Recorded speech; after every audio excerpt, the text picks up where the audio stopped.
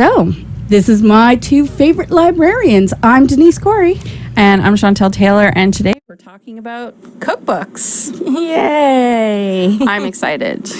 My idea of cooking is calling Greco, so cookbooks aren't really a big thing for me. I don't cook nearly as much as I did before I moved to Amherst. I don't know why. My cooking has really dropped off. However, I love reading cookbooks, and I read them just like a novel. I like to go through and read the ingredients, and I like to look at the pictures, and I love them. No.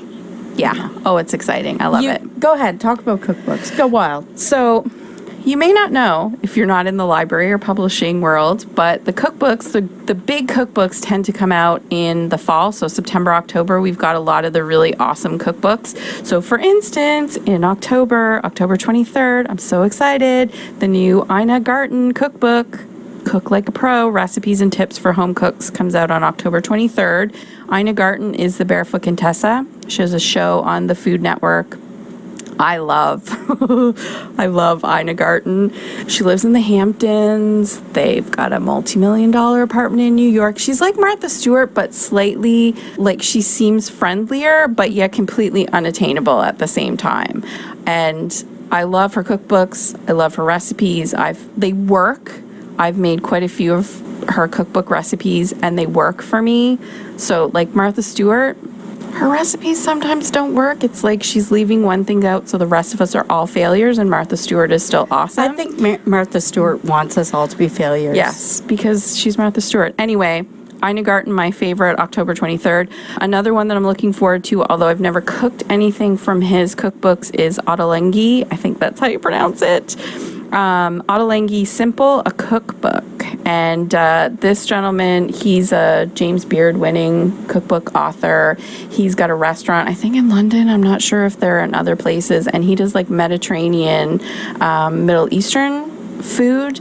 And I want to cook things, and I've seen other people cook things from his cookbooks, and I'm just like, oh, I want to make that, but it's all very healthy, and there's lots of quinoa. And if you could see her face right now, she's so lit up talking about cookbooks. It's a little bit disturbing. It's a bit disturbing. So we have a couple of other cookbooks by Ottolenghi, and I'm not sure how to pronounce his first name. Would you say that's like Yotam? Yeah, Yotam. Ottolenghi, sure. That's the author's name. And that's October 16th. And very exciting, Chrissy Teigen is coming out with her second cookbook. And her first cookbook was called Cravings. I find it hard to believe that Chrissy Teigen actually eats, as she is like a model. Oh, but I know you follow her on Instagram, and she's eating. She had a taco truck stationed at her house in the last days of her pregnancy so she could eat tacos. She eats a lot. I mean, she loves her food. They cook a lot. Oh, I love Chrissy Teigen. Anyway, her new cookbook, Cravings, was a huge success. We actually had to buy a second copy of it because someone didn't take it back to the library, but it still had a ton of holds on it. So Cravings, Hungry for More by Chrissy Teigen, that comes out on the 18th. I ordered the other day we get catalogs of upcoming things, and one of the catalogs we get is cookbooks. And I ordered a couple of Instapot cookbooks. Because they're that's a big thing right now. And we don't have a whole lot. Yeah, I ordered a couple Instapot cookbooks too, so we'll have several. There's one that's strictly Indian, like curry and like Indian Instapot. It looked really nice. I also ordered some ketogenic cookbooks. Yeah, that's another big trend. Netflix. Not a thing that not a way I'm planning on eating, but I mean, we have the cookbooks. If you're interested in the ketogenic diet, we have several books on it. We have a little bit of everything. It's true. Yeah. Another one I'm really looking forward to this fall is All About Cake by Christina Tossi. Very different from ketogenic. Yes, it is. All About Cake. Tossi, that's how you pronounce her last name. Tossi? That's how you spell her last name. Yes. Spell her last name. But All About Cake. You know all about Christina Tossi because I make you go to the milk bar every time we go to Toronto to get cookies and crack pie. Yeah, crack pie. She is part of sort of the Momofuku empire. She owns the bakery. We milk. also have the Momofuku We cookbook, do. and it does have the recipe for crack pie. And if people want to make crack pie and bring it to us at the library, We will accept that. oh, I do love the crack pie, which makes it sound like it contains crack. It does not. It It's just contains delicious. all You of just the wanna- sugar. I'm pretty sure that my dentist makes a fortune every time that We eat I crack pie. eat crack pie. But Thank you, she Tim. is another one whose recipes, I've made several of the recipes from the Momofuku book, her baking. I've made her cookies. We've made crack pie, and they work.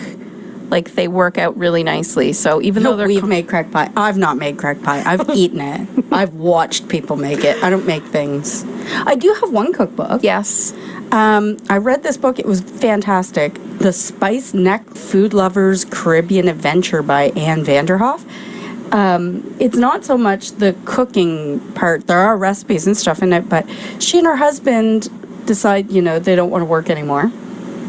Must be nice. Yeah, they want to leave the rat race. So they get on their boat and travel around the Caribbean islands.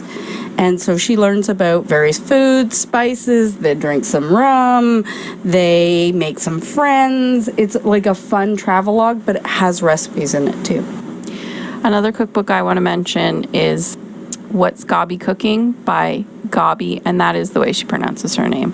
Gabi Dalkins, Dalkins. She's another Instagram person that I follow and love. She was a personal chef, and now she's got all these fancy things going on, and her second cookbook has just been released, and it's like California food, so it's like lots of nice fresh pasta, fresh tomato, like pie, tarts. Oh, it's so good. I love it.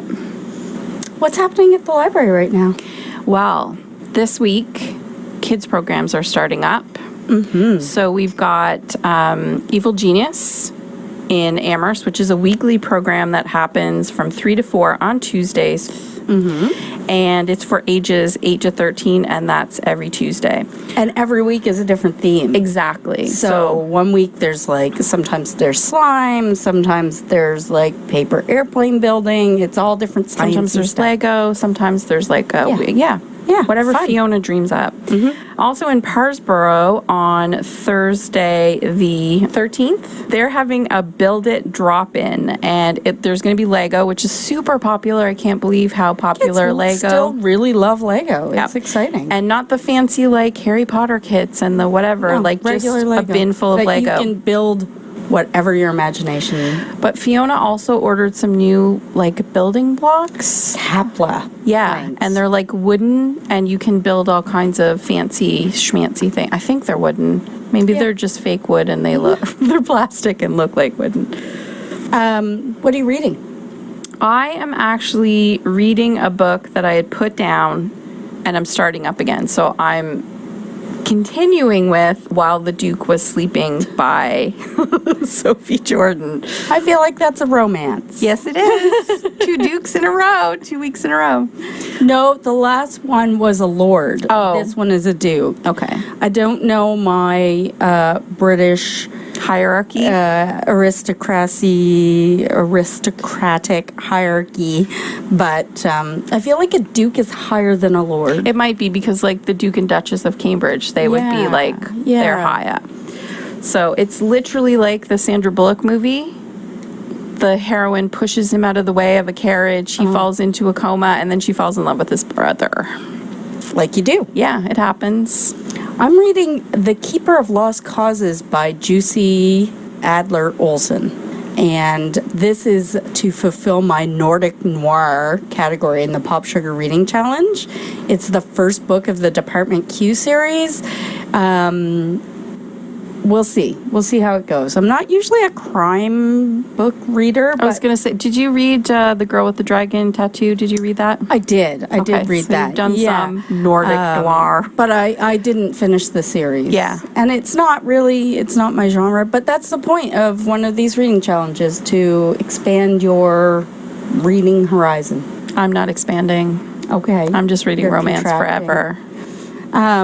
So next week, I think we'll probably reveal what the One Book Nova Scotia book is. No, I think that's in 2 weeks. I don't think it's next week. Oh, well, but it is coming. One Book Nova Scotia. I know One Book another thing Nova you're Scotia. excited about that I don't want to read. it's Canadian. Yeah. Well, we'll see you next week. Bye.